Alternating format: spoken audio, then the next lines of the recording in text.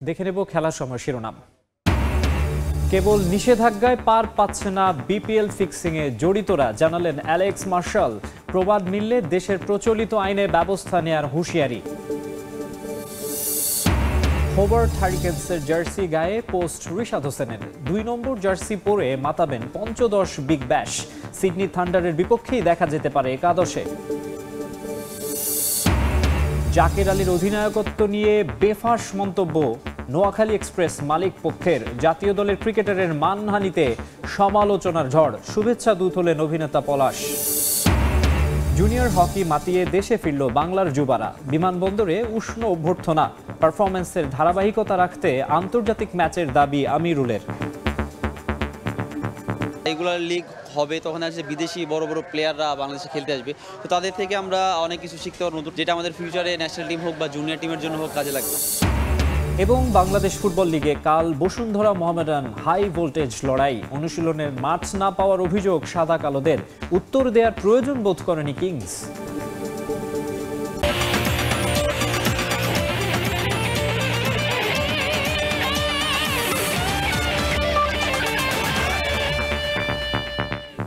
দেখছিলেন শিরোনাম, এবারে বিস্তারিত। শুরুতেই জানাবো ক্রিকেটের খবর। শুধু নিষেধাজ্ঞায় পার পাচ্ছেন না বিপিএল ফিক্সিংয়ে অভিযুক্তরা, বরং অভিযোগ প্রমাণিত হলে আদালতের আশ্রয় নেয়ার কথা জানিয়েছেন অ্যালেক্স মার্শাল।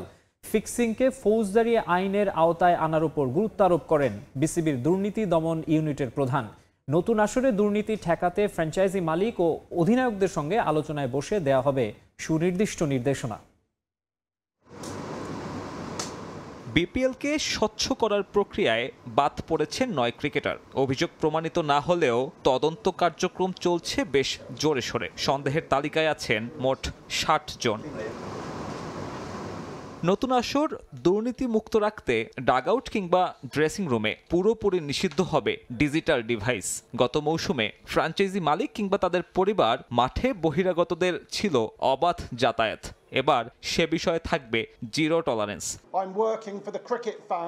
অতীতের ঘটনাগুলোর দিকে তাকালে দেখা যায় কিছু জায়গায় কাজ ঠিকমতো হয়নি। এর একটি হলো প্লেয়ার এবং ম্যাচ অফিসিয়াল এরিয়া নিয়ন্ত্রণ। মাঠে আসা থেকে শুরু করে শেষ বলটি করা পর্যন্ত পিএমওএ কোনো যোগাযোগ থাকা উচিত নয়। এবারের আসরে পিএমও এর নিয়ম কঠোরভাবে প্রয়োগ করা হবে। অ্যাক্রিডিটেশন ছাড়া কেউ প্রবেশ করতে পারবে না, কোনো ফোন ব্যবহার করা যাবে না। ম্যাচ গড়াপেটায় কি ধরনের সংকেত ব্যবহার করে ক্রিকেটাররা সে বিষয়েও নজরদারি থাকবে অ্যালেক্স মার্শালের। নিজের অভিজ্ঞতায় আলোকপাত করে কঠোর হুঁশিয়ারি দিয়ে রাখলেন ক্রিকেটারদের। আগামী সপ্তাহে ক্রিকেটার আর ফ্র্যাঞ্চাইজি মালিকদের সঙ্গে বৈঠকে বসবেন বিসিবির দুর্নীতি দমনের প্রধান। ম্যাচ গড়াপেটায় অভিযুক্তদের ওপর শুধু নিষেধাজ্ঞা নয়, বরং তাদেরকে ফৌজদারি ধারায় শাস্তি দিতে চান অ্যালেক্স মার্শাল। বাংলাদেশে এই নিয়ে কোনো ফৌজদারি বিধি না থাকলেও অন্য ধারায় তাদেরকে অভিযুক্ত করার কথা জানালেন বিসিবির আইনজীবী।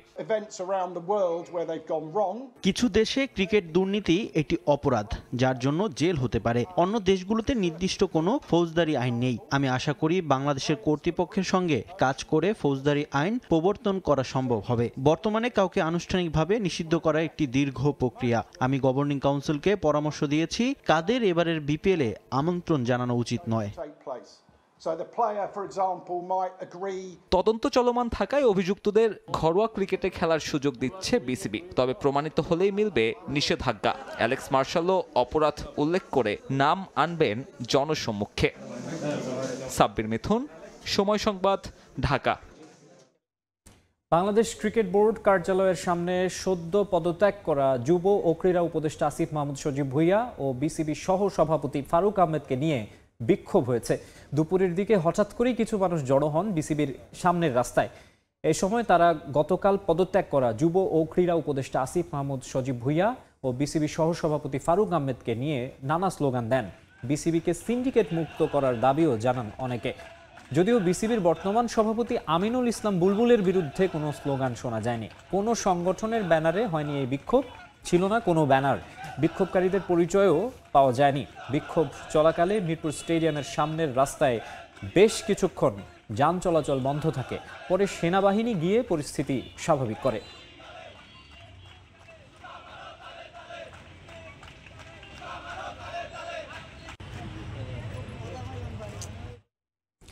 শুক্রবার পর্দা উঠছে অনূর্ধ্ব-19 এশিয়া কাপের। সংযুক্ত আরব আমিরাতে লড়াইয়ে নামবে 8 দল।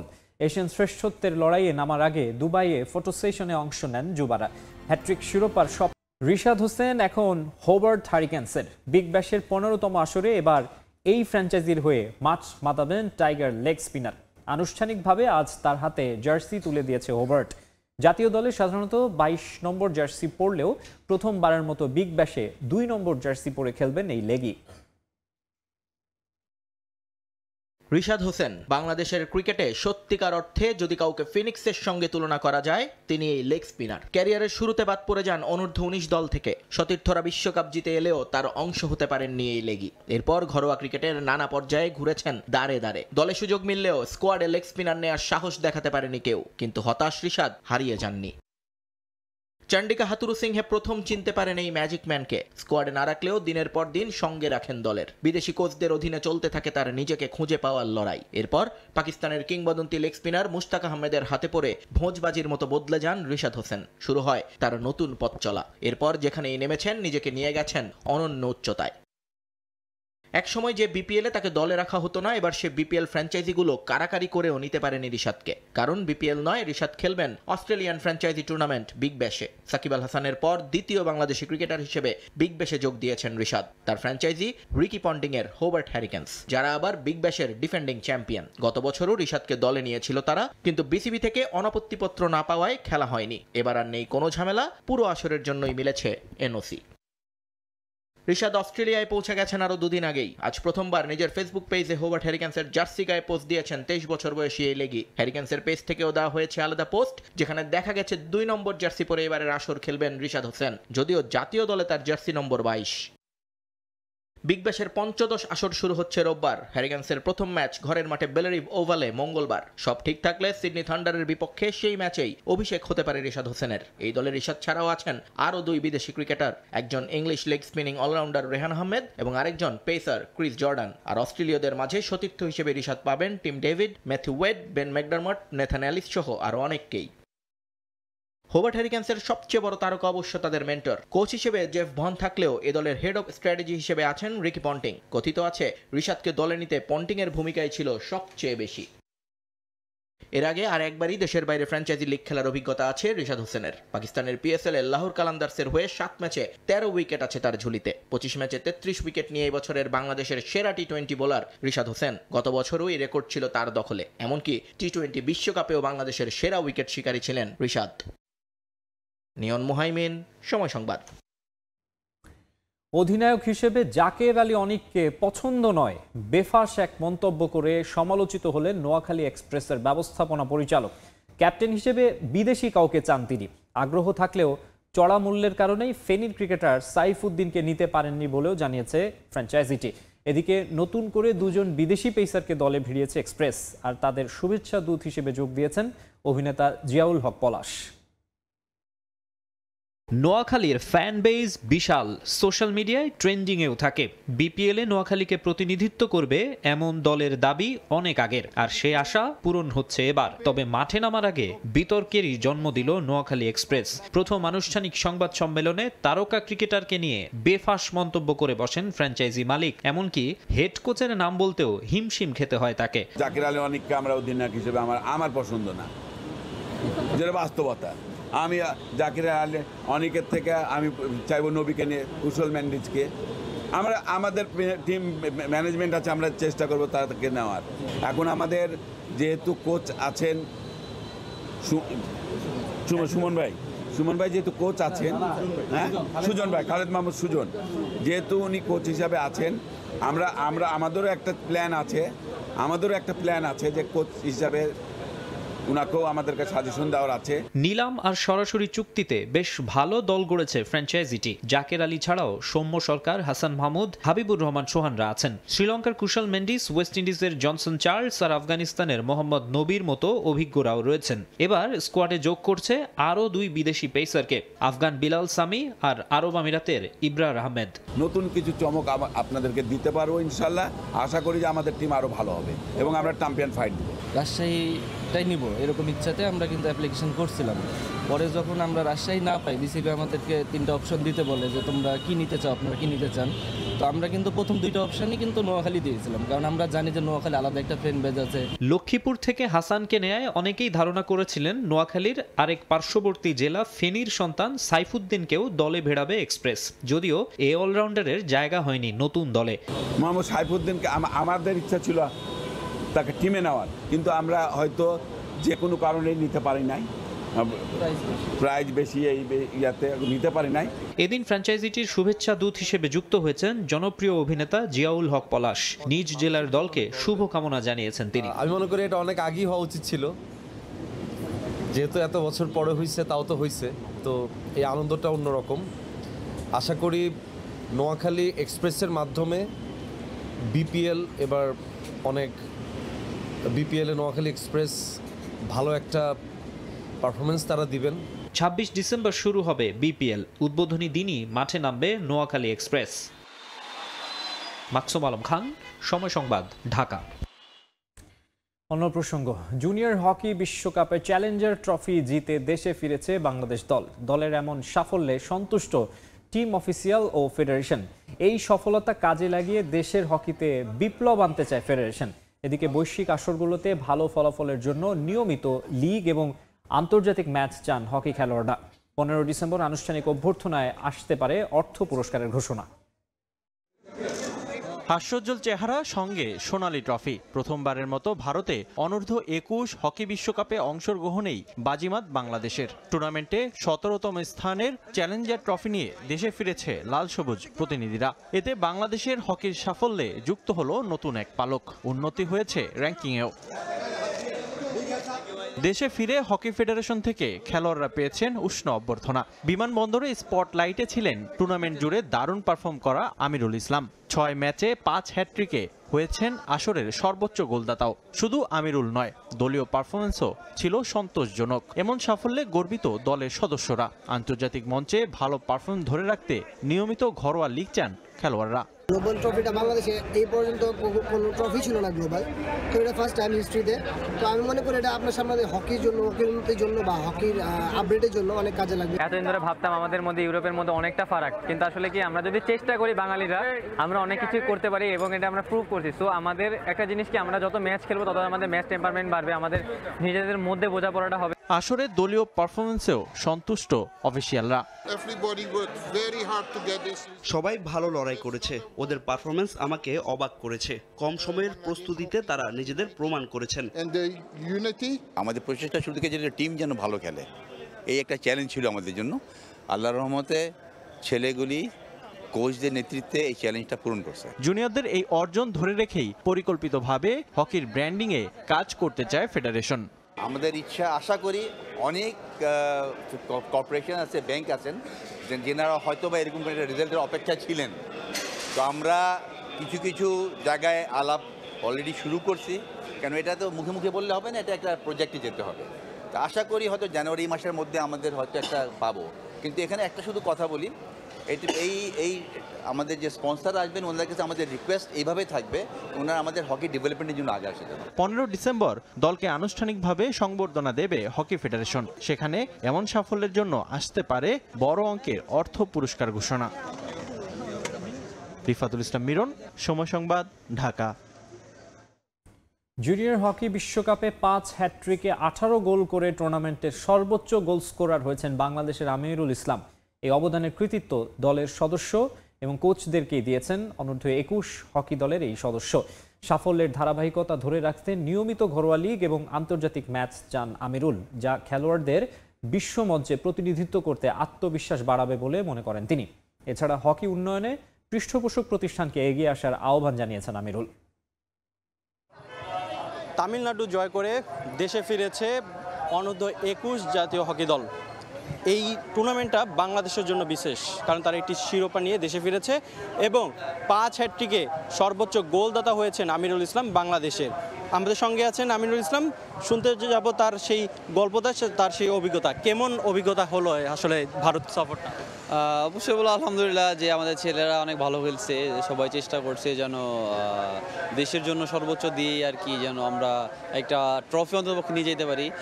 আমাদের টার্গেট ছিল সুপার 16 খেলার, তো যেহেতু আমাদের স্ট্রং একটা গ্রুপ পড়ছিল, তো আমরা চেষ্টা করছি যে গ্রুপে ভালো একটা রেজাল্ট করার জন্য। কোচ আমাদের মোটিভেট করছে যে আমাদের মধ্যে অ্যাবিলিটি আছে, আমরা আমাদের নিজেদের উপর বিশ্বাস আছে যে আমরা করতে পারবো এবং আমরা চেষ্টা করছি। হয়তোবা এক্সপিরিয়েন্সের কারণে আমরা বলবো যে ম্যাচগুলো লস করছি। তো আমি বলবো যে যেহেতু আমরা আমাদের ফার্স্ট টার্গেট মিস হয়ে গেছে, তো আমাদের সেকেন্ড টার্গেট ছিল যে আমরা 17 প্লেসটা নিয়ে বাংলাদেশে যাব। তো আমি বলবো যে অবশ্যই আমরা আমাদের ট্র্যাকে ছিলাম, আমরা আমাদের বেস্ট পারফরমেন্স দেওয়ার চেষ্টা করছি। আর অভিজ্ঞতাটা তো দারুণ অভিজ্ঞতা পেলেন, কিন্তু যখন শুরু করলেন, হ্যাটট্রিক পেলেন, আসলে ওই ভয় ভীতিটা, নার্ভাসনেসটা আসলে কিভাবে কাটলো আপনাদের? প্রথম কথা হচ্ছে যে আমি সুযোগ পাওয়াটা বড় বিষয়। দেখা যাচ্ছে যে এত বড় একটা টিমের সুযোগ পাওয়া পেনাল্টি কর্নারে, আমি বলবো যে অ্যাজ এ সিনিয়র প্লেয়ার হিসেবে কোচ আমার উপর ট্রাস্ট রাখছে যে তুমি করতে পারবা এবং আমাকে মোটিভেট করছে সবসময়। আমাদের কোচিং স্টাফ যারা আছে, আশিক ভাই, বিপ্লব স্যার, সবাই আমাকে মোটিভেট করছে। তো আমি বলবো যে তাদের জন্য আমি এই অ্যাচিভমেন্টটা করতে পারছি এবং সবচেয়ে বেশি আমি থ্যাংক ইউ জানাতে চাই আমাদের টিমমেটদেরকে, কারণ তারা অনেক কিছু স্যাক্রিফাইস করছে। আমি বলবো আজকের এই অ্যাচিভমেন্টের জন্য সম্পূর্ণ ক্রেডিট আমি আমাদের টিমমেট আর কোচিং স্টাফদেরকে দিতে চাই।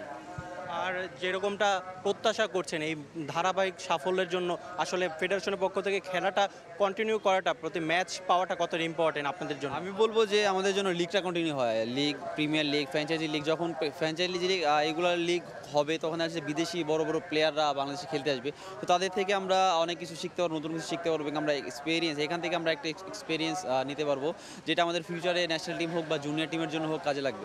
তো সেক্ষেত্রে বলবো যেন ক্রীড়া পরিষদ আছে, হকি ফেডারেশন আছে, পৃষ্ঠপোষক প্রতিষ্ঠান যারা আছে তাদেরকে বলবো যে তারা হকির সাথে জন্য কাজ করে। মানে দেখা যাচ্ছে দেখা যাচ্ছে পৃষ্ঠপোষকের খুবই অভাবের কারণে দেখা যাচ্ছে হকিটা মাঠে নাই। তো সেক্ষেত্রে বলবো যে তারা যদি হকিটা তাদের যদি পৃষ্ঠপোষকের মাধ্যমে যে হকিটা আর কি ইনশাআল্লাহ ফিউচারে ভালো কিছু করার সম্ভাবনা আছে, তারা জন্য আমাদের সাথে থাকে। যেমনটা বলছিলেন আমিরুল ইসলাম, তার এর সাফল্য বাংলাদেশকে অনেক দূরে এগিয়ে নেবে এবং পরবর্তীতে খেলার মাধ্যমে আরও এরকম প্রতিভাবান খেলোয়াড়রা উঠে আসবে, এরকমটা প্রত্যাশা করছেন এই শিরোপাধারীরা। রিফাতুল ইসলাম মিরন, সময় সংবাদ, ঢাকা। যুব ও ক্রীড়া মন্ত্রণালয়ের নতুন উপদেষ্টা হিসেবে দায়িত্ব পেলেন আসিফ নজরুল। আজ এক সংবাদ বিজ্ঞপ্তিতে বিষয়টি নিশ্চিত করেছে মন্ত্রিপরিষদ বিভাগ। 5 আগস্টের রাজনৈতিক পট পরিবর্তনের পর অন্তর্বর্তীকালীন সরকারের যুব ও ক্রীড়া উপদেষ্টা হিসেবে নিয়োগ পেয়েছিলেন আসিফ মাহমুদ সজীব ভুইয়া। তবে এই বুধবার উপদেষ্টা পদ থেকে পদত্যাগ করেন আসিফ মাহমুদ। এবার সেই শূন্য স্থানে নতুন দায়িত্ব পেলেন আসিফ নজরুল। আগে থেকেই তিনি আইন মন্ত্রণালয় এবং বৈদেশিক কর্মসংস্থান মন্ত্রণালয়ের দায়িত্ব পালন করছিলেন। বাড়তি দায়িত্ব হিসেবে দেশের ক্রীড়াঙ্গনের দায়িত্ব দেওয়া হলো তাকে। 4 ম্যাচ হেরে এবার ফিফা র্যাঙ্কিংয়ে পিছিয়ে গেল বাংলাদেশ নারী ফুটবল দল। 8 ধাপ পিছিয়ে লাল সবুজের অবস্থান এখন 112।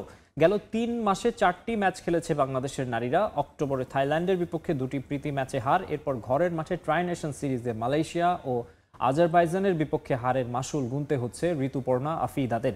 সবশেষ ফিফা র্যাঙ্কিংয়ে সর্বোচ্চ 24 ধাপ এগিয়ে 104-এ উঠে এসেছিল লাল সবুজ। এবার 8 ধাপ পিছিয়ে গেল পিটার বাটলারের দল। বাংলাদেশ ফুটবল লিগের হাই ভোল্টেজ ম্যাচে মাঠে নামছে বসুন্ধরা কিংস ও মোহামেডান। স্বাভাবিকভাবেই 2 জায়ান্টের লড়াইয়ের আগে আলোচনায় মাঠের বাইরের বিতর্ক। কিংসের পক্ষ থেকে অনুশীলন ভেন্যু না দেওয়ার অভিযোগ সাদা কালো কোচ আলফাজ আহমেদের। এদিকে বসুন্ধরা কিংসের এমন অপেশাদার আচরণের বিষয়ে জানতে চাওয়া হলেও কোনো উত্তর দেয়নি কর্তৃপক্ষ। কিংস অ্যারেনায় ম্যাচটি শুরু হবে বিকেল 5:30টায়। নামে পেশাদার ক্লাব হলেও কাজকর্মে তেমন একটা পেশাদারিত্বের ছাপ নেই বাংলাদেশ ফুটবল লিগের ক্লাবগুলোর মাঝে। নিজেদের মধ্যে মাঠের বিরোধ থাকতেই পারে, তবে মাঠের বাইরে 2 ক্লাবের সম্পর্ক হওয়া উচিত বন্ধুত্বপূর্ণ, অন্তত খেলাধুলার স্পিরিটের কারণে হলেও। তবে বাংলাদেশের ক্লাবগুলোর মাঝে তা বিরল। ফুটবল লিগে বসুন্ধরা কিংস ও মোহামেডান ম্যাচের আগে যা আরও একবার আলোচনা এসেছে। ম্যাচ ডের আগে কিংস অ্যারেনায় অনুশীলন করতে বসুন্ধরার সঙ্গে যোগাযোগ করে মোহামেডান, তবে কিংসের পক্ষ থেকে অনুশীলনের জন্য দেওয়া হয়নি ভেন্যু। আর এমন অপেশাদার আচরণে আক্ষেপ প্রকাশ করেছেন মোহামেডান কোচ আলফাজ আহমেদ। আনপ্রফেশনালিজম যে তারা দেখাইলো সেটা আসলে আমাদের আর কি চিন্তার বাইরে, যে একটা বাংলাদেশের স্বনামধন্য ক্লাব যারা প্রফেশনালের দিকে এগিয়ে যাচ্ছে সবচাইতে, এবং তাদের সব কিছুই প্রফেশনাল, বাট এইখানে তারা যে কেন আমাদেরকে একদিনের মানে প্র্যাকটিস শিডিউল দিল না, এটা আসলে আমি বুঝতে পারছি না, কারণ তাদের মানসিকতার অভাব আমার মনে হয়। এখন দেখে নেওয়া যাক বাংলাদেশ ফুটবল লিগের বায়োলজ কি বলে। সেকশন 2-এর 12 নম্বর অনুচ্ছেদের প্রথমেই স্পষ্ট বলা আছে ম্যাচ ডের আগে ভেন্যুতে অন্তত একটি অনুশীলন করতে পারবে অ্যাওয়ে দল, যা নিশ্চিত করবে হোম টিম। তবে দেশের সবচেয়ে পেশাদার ক্লাব হিসেবে পরিচিত বসুন্ধরা কিংসই ভেঙেছে বাংলাদেশ ফুটবল লিগের বায়োলজ। এই বিষয়ে বসুন্ধরা কিংস সভাপতি ও টিম ম্যানেজারের সঙ্গে যোগাযোগ করার চেষ্টা করা হলেও কথা বলেনি তারা।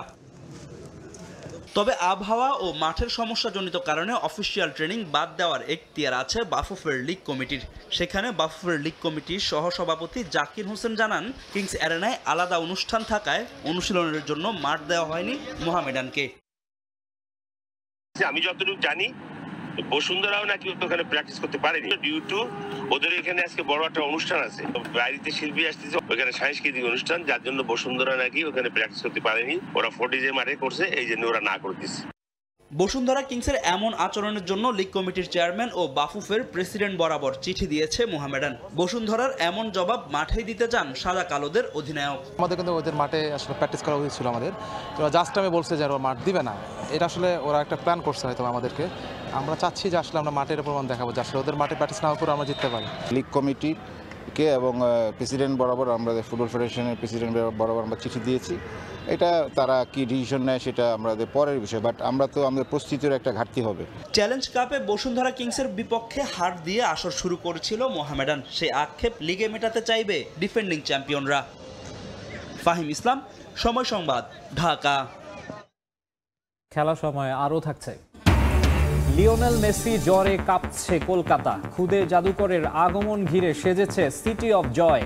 টিকিট পেতে সমর্থকদের লম্বা লাইন। আর্জেন্টিনার পতাকা জার্সি নিয়ে হুলস্থুল। পঞ্চগড়ের প্রত্যন্ত গ্রামে জমকালো আয়োজনে উদ্বোধন হয়েছে নাইট সুপার 4 ক্রিকেট টুর্নামেন্টের। ফসলি জমিতে তৈরি অস্থায়ী ক্রিকেট মাঠে টুর্নামেন্টের উদ্বোধন করেন বাংলাদেশ জাতীয় দলের পেসার শরীফুল ইসলাম এবং ক্রিকেটার নাসির হোসেন। ব্যতিক্রমী এই টুর্নামেন্টের ম্যাচ দেখতে ছিল খেলা প্রেমীদের উপচে পড়া ভিড়। পঞ্চগড় থেকে বিস্তারিত সোহাগ হায়দারের রিপোর্টে। গ্রামের ফসলি জমিতে তৈরি অস্থায়ী ক্রিকেট মাঠ, যেখানে ব্যাট বল হাতে 2 তারকা ক্রিকেটার। বোলিং করছেন টাইগার পেস আক্রমণের অন্যতম ভরসা শরীফুল ইসলাম আর স্ট্রাইকে নাসির হোসেন। ব্যতিক্রমী এই ম্যাচ দেখতে খেলাপ্রেমীদের উপচে পড়া ভিড়। বুধবার রাতে ক্রিকেটার শরীফুল ইসলামের গ্রামের বাড়ি পঞ্চগড়ের দেবীগঞ্জের মৌমারি বাজার সংলগ্ন কৃষি মাঠে উদ্বোধন হয়েছে মৌমারি নাইট সুপার 4 ক্রিকেট টুর্নামেন্টের। উদ্বোধনী দিনে মুখোমুখি হয় সোনাহারের মা ডিজিটাল স্কেল ও দেবীগঞ্জের রকার্স 13। রাতের পরের খেলায় মাঠে নামে সৈয়দপুরের সেঞ্চুরিয়ান ক্রিকেট ক্লাব ও কালীগঞ্জের আবু সাইম প্রধান ক্রিকেট একাডেমি। দীর্ঘদিন পর এমন আয়োজন ঘিরে দর্শক ও ক্রিকেট প্রেমীদের মাঝে দেখা গেছে ব্যাপক উৎসাহ উদ্দীপনা। ছোট পরিসরে হলেও এমন টুর্নামেন্ট গ্রামের মানুষদের বিনোদনের অন্যতম খোরাক। তাই নিয়মিত টুর্নামেন্ট আয়োজনের দাবি সবার। আয়োজকরা বলছেন, সরকারিভাবে এলাকাগুলোতে ছোট খেলার মাঠ তৈরি করলে বেরিয়ে আসবে নতুন খেলোয়াড়। এই আয়োজনটা আমাদের উত্তরবঙ্গের সবচেয়ে ভালো একটি আয়োজন। শরীফুলকে অনেক ধন্যবাদ। নাইট টুর্নামেন্টটা খুব কম দেখা যায়, কারণ আসলে আমাদের এখানে মাঠের অভাব। খুবই ভালো লাগতেছে। আমার ভাইয়া এবং আরো অনেকেই খেলবে। গ্রামে এইভাবে নাইট টুর্নামেন্ট হয়েছে, আমরা সবাই আসছি, ভালো লাগতেছে। আমাদের দুঃখের বিষয় হলো যে আমরা একটা মাঠ নাই, আমাদের এলাকায় মাঠ একটা চাই। আমরা সরকারের কাছে আবেদন করতে চাই যে একটা এখানে ভালো একটা মাঠ হোক, আমাদের এলাকা থেকে শরীরগুলোর মতো আরো ন্যাশনাল টিমের খেলোয়াড় এখানে তৈরি হোক। টুর্নামেন্ট উদ্বোধন করতে এসে নাসির শরীফুলরাও যেন ফিরে যান শৈশবে। উপভোগ করেন গ্রামের নাইট ক্রিকেট। তরুণদের খেলাধুলায় আরো বেশি সম্পৃক্ত হওয়ার আহ্বানও জানান তারা। এছাড়া স্থানীয়ভাবে নতুন প্রতিভা তৈরির লক্ষ্যে নিজ এলাকায় একটি স্থায়ী খেলার মাঠ স্থাপনের দাবি জানান জাতীয় দলের পেসার শরীফুল ইসলাম। অবশ্যই খুব ভালো লাগতেছে। আমরা সবসময় চাই খেলাধুলার সাথে থাকতে এবং খেলাধুলা যেখানেই থাকুক না কেন, আমরা অ্যাজ এ প্লেয়ার হিসেবে আমরা চাই যে সেখানে যাওয়ার জন্য। আমরাও কিন্তু আগে ছোটবেলায় টেবিল টেনিস খেলতাম, তো আমরা কিন্তু আস্তে আস্তে একটা ধাপ থেকে উঠে এসেছি। তো আমার বিশ্বাস যে এইসব টুর্নামেন্ট থেকেও কিন্তু প্লেয়ার উঠে আসে, তো আশা করবো এখান থেকেও আরো অনেক প্লেয়ার উঠে আসবে। আমাদের জেলা প্রশাসকের কাছে একটা আবেদন থাকবে যে আমাদের ইউনিয়নে যাতে একটা সুন্দর মাঠ দেওয়া হয়, যদি মাঠ দেওয়া হয় সেটাকে আমরা পরিচর্যা করে যাতে ক্রিকেট বলে প্র্যাকটিস করা যায় এমন কোনো সিচুয়েশন তৈরি করার জন্য আমরা সবাই সেটা চেষ্টা করব, এবং আমি নিজে চেষ্টা করব। আমিও চাই যে আমার মতো অর্ণবের মতো আরও অনেক প্লেয়ার এখানে বের হোক। ক্রিকেটার শরীফুল ইসলাম ও এএস স্পোর্টস আয়োজিত এই টুর্নামেন্টে অংশ নিচ্ছে মোট 16টি দল। প্রতিটি ম্যাচে খেলবে 9 জন করে খেলোয়াড়। ম্যাচ হবে 12 ওভারের। আগামী 15 ডিসেম্বর অনুষ্ঠিত হবে টুর্নামেন্টের ফাইনাল। সোহাগ হায়দার, সময় সংবাদ, পঞ্চগড়। আর কয়েক ঘন্টার অপেক্ষা মাত্র, এরপরই কলকাতার মাটি স্পর্শ করবেন আর্জেন্টাইন মহাতারকা লিওনেল মেসি। 3 দিনের ভারত সফরে আসছেন বিশ্ব ফুটবলের এই নক্ষত্র। কলকাতায় মাত্র কয়েক ঘন্টার ঠাসা কর্মসূচি তার, আর সেই কর্মসূচি ঘিরেই সেজে উঠেছে সিটি অব জয়। ফুটবল পায়ে দৌড়াবেন সল্ট লেকের যুব ভারতী ক্রীড়াঙ্গনের সবুজ গালিচায়, আর সেই দৃশ্যের সাক্ষী হতে ম্যাচের টিকিট সংগ্রহ করতে লম্বা লাইন পড়েছে যুব ভারতী ক্রীড়াঙ্গনের সামনে। বিক্রি হচ্ছে মেসির জার্সি ও আর্জেন্টিনার পতাকা। বিস্তারিত জানাচ্ছেন সুব্রত আচার্য, ছবি তুলেছেন বিশ্বজিৎ দাস। কলকাতার যুবভারতী ক্রীড়াঙ্গন আবারও ইতিহাসের সাক্ষী হতে চলেছে। শনিবার এই স্টেডিয়ামেই পা রাখবেন বিশ্ব ফুটবলের মহাতারকা লিওনেল মেসি। আর সেই স্মৃতি ধরে রাখতে মেসির জার্সি গায়ে দিয়ে স্টেডিয়ামে ম্যাচ দেখতে ভক্তরা এরই মধ্যে লাইন দিয়ে টিকিট কিনতে শুরু করেছেন। কেউ কিনছেন মেসির জার্সিও। শুধু কলকাতা নয়, মেসিকে এক নজর দেখতে দূর দূরান্ত থেকে কলকাতায় আসতে শুরু করেছেন অনেক ভক্ত। তারা বলছেন দিয়াগো ম্যারাডোনার পর বিশ্ব ফুটবল তারকা লিওনেল মেসিকে দেখার সুযোগ কোনোভাবেই হাতছাড়া করতে চান না তারা। কলকাতায় বহু বছর পরে মেসি আসছে, ভীষণ ভালো লাগছে জিনিসটা। তো আমরা খুব এক্সাইটেড তার জন্য। তো তার জন্য টিকিট কালেক্ট করতে আসা একদিন আগে, দুদিন আগে বেসিক্যালি। আমরা ভাগ্যবান যে মেসিকে দেখতে পাচ্ছি। মানে ফুটবলের রাজপুত্র আমরা জানতাম মারাদোনাকে, তারপরে লিওনেল মেসি। সুতরাং মেসিকে দেখবো, এটা ভাবতেই দারুণ আনন্দ। থাকি হায়দ্রাবাদে, তো ওখানে কাজ করি। তো যে শুনলাম যে মেসি কলকাতা আসছে, তো অফিস থেকে ছুটি নিয়ে এখানে এসেছি মেসিকে দেখার জন্য। স্বপ্ন ছিল মেসিকে দেখার, সফল হবে ভাবিনি, কিন্তু আসছে। তো আমরাও এসেছি মেসিকে দেখবো, আমরা সবাই এসেছি বন্ধুরা। আয়োজকরা জানিয়েছেন শনিবার সকালে যুবভারতী ক্রীড়াঙ্গনে আয়োজিত হবে একটি প্রীতি ফুটবল ম্যাচ। সেই ম্যাচে কলকাতার 2 ঐতিহ্যবাহী ফুটবল ক্লাব ইস্টবেঙ্গল মোহনবাগানের কয়েকজন তারকা ফুটবলার মেসির সঙ্গে মাঠে নামতে পারেন। প্রিন্স অফ ক্যালকাটা সৌরভ গাঙ্গুলির সঙ্গে মাঠে উপস্থিত থাকবেন ভারতের সাবেক ফুটবলার তারকা বাইচুং ভুটিয়া। এছাড়া প্রীতি ফুটবল ম্যাচে বলিউডের বেশ কয়েকজন তারকাও অংশ নিতে পারেন। এর আগে স্টেডিয়াম সংলগ্ন এই 5 তারকা হোটেলে লিওনেল মেসি বিশিষ্ট ব্যক্তির সঙ্গে বৈঠক ও ফটো সেশনে অংশ নেবেন। সেখান থেকেই ভার্চুয়াল মাধ্যমে কলকাতার লেক টাউনে অবস্থিত তার 70 ফুট উঁচু মূর্তির উদ্বোধনও করবেন। 1911 সালে মোহনবাগান ইস্ট ইয়র্কশায়ার রেজিমেন্টকে 2-1 গোলে হারিয়ে ঐতিহাসিক আইএফএ শিল্ড জিতেছিলেন। সেই ঘটনার স্মারক হিসেবে 1911 সালের জার্সির আদলে বিশেষভাবে তৈরি একটি জার্সিও তুলে দেওয়া হবে মেসির হাতে। 3 দিনের ভারত সফর কলকাতা দিয়ে শুরু হলেও হায়দ্রাবাদ, মুম্বাই এবং দিল্লি হয়ে 17 ডিসেম্বর ভারত ছেড়ে যাবেন এই আর্জেন্টাইন তারকা। সুব্রত আচার্য, সময় সংবাদ, কলকাতা। ইউরোপীয় ক্লাব ফুটবল প্রসঙ্গ, সান্তিয়াগো বার্নাবিউতে দাপট দেখালো ম্যানচেস্টার সিটি। ঘরের মাঠে রিয়াল মাদ্রিদকে 2-1 গোলে হারিয়েছে সিটিজেনরা। লিগের পর ইউসিএলেও ঘরের মাঠে হেরে শঙ্কার মুখে রিয়াল কোচ শাবি আলোনসোর ভবিষ্যৎ। ইউসিএল এর 6 ম্যাচ শেষে পয়েন্ট টেবিলের 4র্থ স্থানে রয়েছে সিটি, আর রিয়াল নেমে গেছে 7ম স্থানে। মাদ্রিদিস্তাদের আভিজাত্যের আরেক নাম সান্তিয়াগো বার্নাবু। ঘরের মাঠে দলটা বরাবরই অপ্রতিরোধ্য, বিশেষ করে চ্যাম্পিয়ন্স লিগে। তবে এখানেই লজ্জা সঙ্গী হয়েছে রিয়াল মাদ্রিদের। ম্যানচেস্টার সিটির সঙ্গে ম্যাচটা আর 10টা ম্যাচের মতো নয়, লড়াইটা ছিল মর্যাদারও। আগের ম্যাচে লা লিগায় সেল্টা ভিগোর কাছে হার দেখেছে রিয়াল মাদ্রিদ। এরপর কোচ শাবি আলোনসোর ভবিষ্যৎ নিয়েও চলছে নানা আলোচনা। চ্যাম্পিয়ন্স লিগে ম্যান সিটি ম্যাচকে ধরা হচ্ছিল তার শেষ পরীক্ষা, সেখানেও ব্যর্থ স্প্যানিশ কোচ। শুরুতেই ভিন্ন কিছুর আভাস দেয় রিয়াল মাদ্রিদ। 3 মিনিটে পেনাল্টি পায় স্বাগতিকরা, তবে ভিএআরে পাল্টে যায় সেই সিদ্ধান্ত। তবে ফ্রি কিক থেকে সুযোগ তৈরি করেছিল বেশ কয়েকবার, যদিও সিটিজেনদের রক্ষণ ভাঙতে পারেনি ভিনিসিয়াসরা। 28 মিনিটে লিড নেয় রিয়াল মাদ্রিদ। লম্বা সময়ের গোল খরা কাটান রদ্রিগো। 32 ম্যাচ পর জালের ঠিকানা খুঁজে পান মাদ্রিদিস্তাদের ব্রাজিলিয়ান তারকা। লিডটা স্বাগতিকরা ধরে রাখতে পারেনি লম্বা সময়। 34 মিনিটে কর্নার আদায় করে নেয় সফরকারীরা, সেখান থেকে গোল করে গার্দিওলা শিষ্যরা। সিটির জার্সিতে প্রথম গোল করেন ওরিলি। 1-1 সমতা আসে ম্যাচে।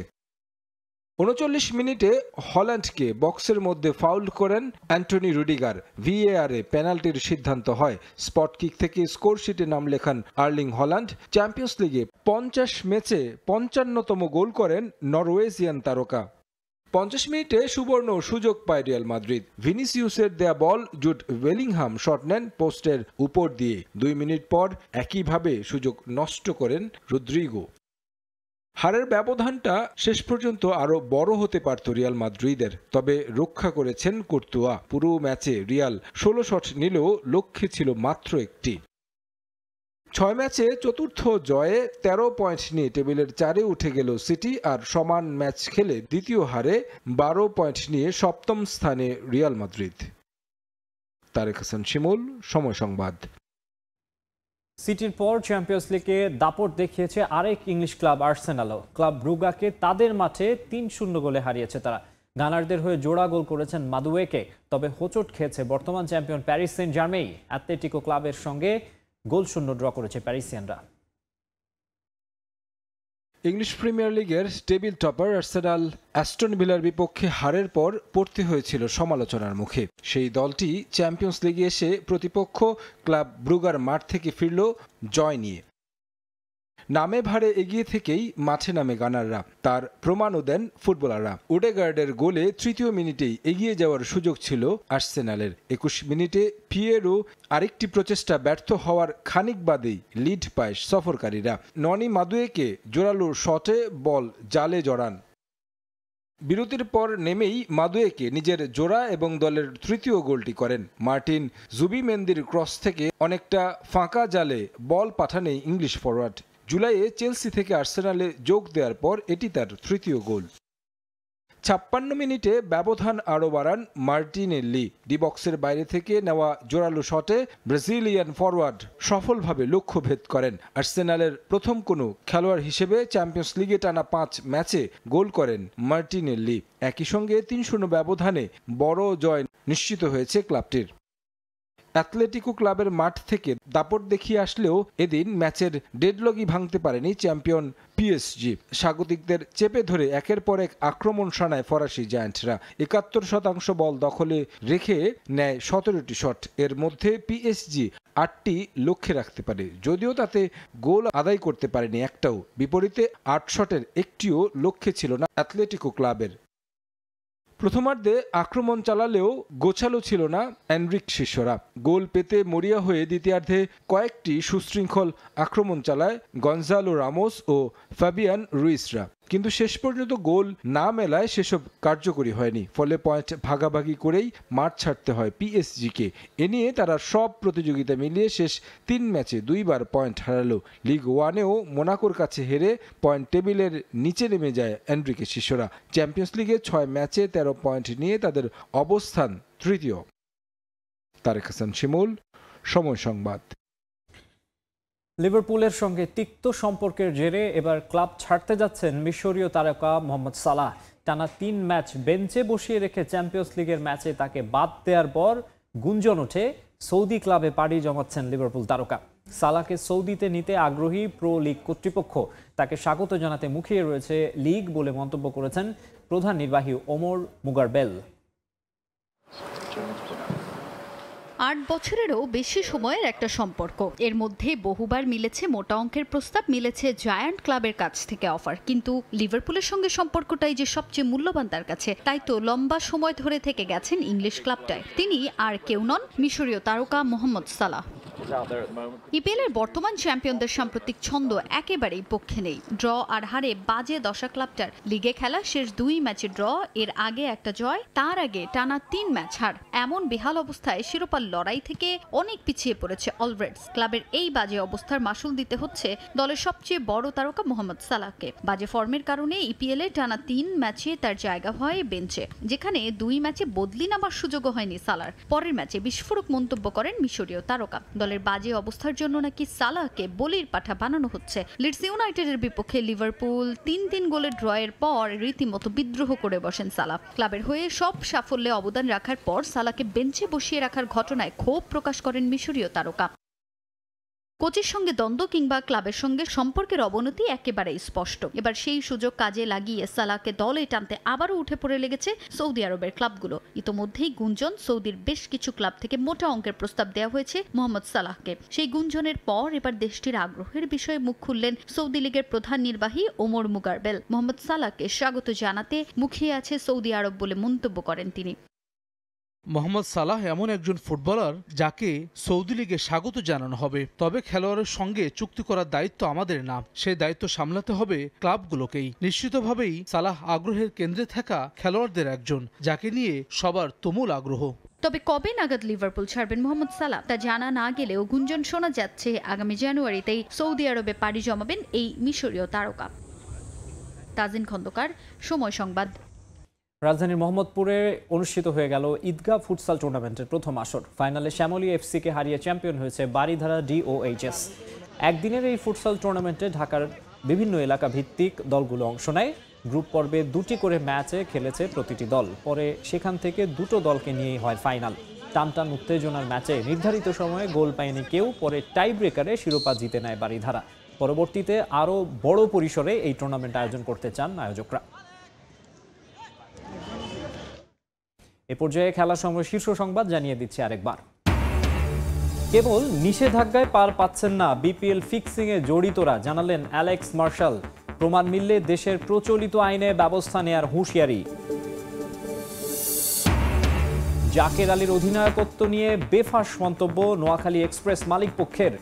জাতীয় দলের ক্রিকেটারের মানহানিতে সমালোচনার ঝড়, শুভেচ্ছা দূত হলেন পলাশ। এবং জুনিয়র হকি মাতিয়ে দেশে ফিরল বাংলার যুবারা। বিমানবন্দরে উষ্ণ অভ্যর্থনা। পারফরমেন্সের ধারাবাহিকতা রাখতে আন্তর্জাতিক ম্যাচের দাবি আমিরুলের। রেগুলার লিগ হবে, তখন আসলে বিদেশি বড় বড় প্লেয়াররা বাংলাদেশে খেলতে আসবে। তো তাদের থেকে আমরা অনেক কিছু শিখতে পারবো, যেটা আমাদের ফিউচারে ন্যাশনাল টিম হোক বা জুনিয়র টিমের জন্য হোক কাজে লাগবে।